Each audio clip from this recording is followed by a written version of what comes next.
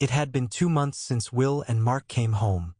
Their days had settled into a gentle rhythm, mealtimes at the table, afternoon walks, and quiet evenings with Will practicing staying steady on his new plan. One afternoon, the phone rang. Mark picked up. "Hello?" "Hey, it's Liam," came the familiar voice. "Is Will with you?" Will had just pulled up beside Mark, balancing a cut-up apple on his tray. "What is it?" he asked softly. Liam's voice came across low and serious. "Has Alan ever acted not good with you?" Will froze. "Liam, what's going on?" Mark leaned in. "Yeah, why are you asking that?" Liam sighed. "We just found out something. Alan. He was making Sam more sick. And worse, he added laxatives into the camp food. A lot." Will's eyes widened. He looked at Mark. "I had more stomach issues than normal. And I went way more often than I should have." Mark gently placed a hand on Will's shoulder. "You didn't imagine it, buddy. That explains so much." Peter, on the phone, muttered, "This is crazy." Just then, Will's mom and dad came into the room. "What's this about camp?" his dad asked, brows furrowing. Liam said, "They're postponing camp for right now. Safety has to come first." Will's apple slice slipped from his fingers. "I don't want camp to end," he said softly. Mark reassured him. "It's not over, buddy. Just on pause. We'll figure it out together." Will leaned closer to the phone. "But how's Sam, though?" "He's in the hospital because of this," Liam admitted. "Alan really hurt him. Alan used to live with us too, so he knew how to slip things in without anyone noticing." Mark wrapped an arm around Will's shoulders. "You didn't imagine it. You're safe now." Their mom finally spoke, firm but tender. "So now we go to the camp. We raise money for Sam and for the camp itself. If it's struggling, we'll help." Mark grimaced. "Mom. It's a 6-hour drive. You hate long car rides." "That doesn't matter," she said, crossing her arms. "We can't just sit here while Sam's in the hospital and the camp is on hold." Will's eyes brightened. "You'd really do that? For me? For camp?" "Of course, sweetheart," she said, stepping closer.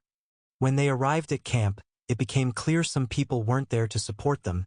They wanted to shut it down. A tall man shouted, "The camp director is disabled and almost died because of someone he knew, and you want to send my kid here again? Get out of here." He grabbed his son. "Ed, let's go." "My money, my rules," Ed's dad barked as they left. Will, clutching his tray, whispered, "It's happening again. Everything's falling apart." Mark crouched beside him. "Not if we stand together. This isn't over." Will took a deep breath. "Everyone. Stop." The room quieted. Mark handed him a mic. "Go ahead, buddy.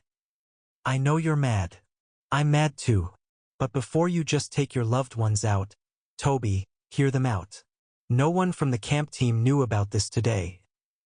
Ed and his dad still left. My money, my rules," Ed's dad repeated. On the highway, Ed's dad finally spoke to his son. "Ed, I know that you love Camp Toby, but if I lost you too, like your mom, I would never forgive myself."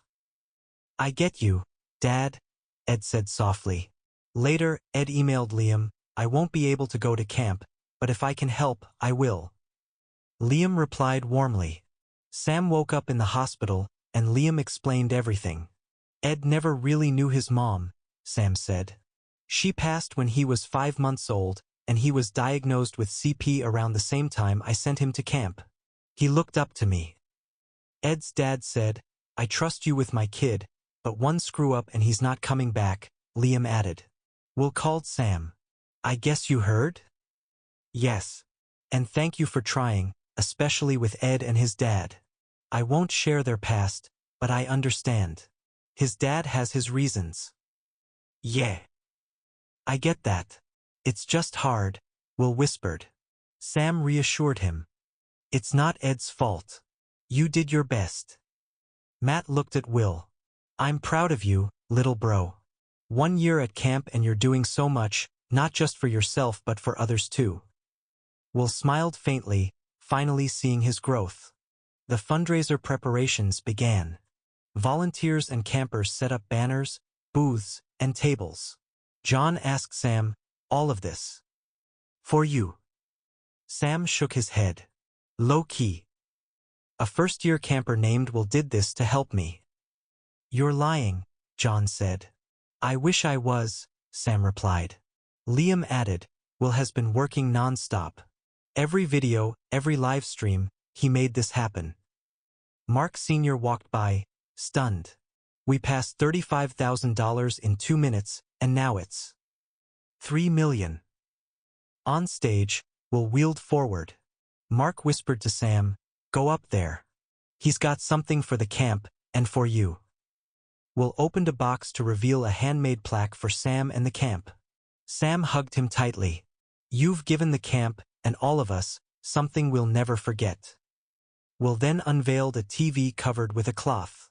Sam, I've been fundraising all week.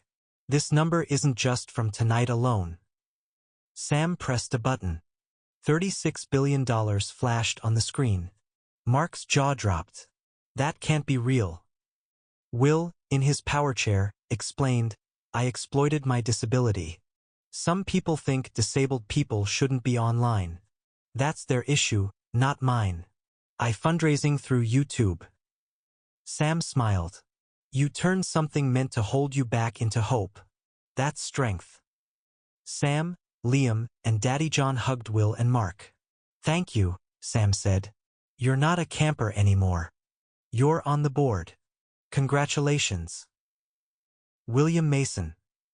Back home, Pat opened the door when they arrived. Will, what the fuck? Mark chimed in, Mom, I was there with him the whole time, and I don't even know how he did it. Pat pointed at Will. You need a bank account. Legal help. This is serious. Mark Sr. added, Will, we are proud of you. Mom's just overwhelmed. Sam agreed. Your parents are right. This is good, remember that. Will looked at his mom. Mom. Let's do this. Pat nodded slowly, her pride shining through. Okay. I think you need this. The room was filled with hope, determination, and a sense of purpose. Will had faced challenges, taken risks, and changed the lives of everyone around him, and now, with his family and friends by his side, the future of Camp Toby was secure.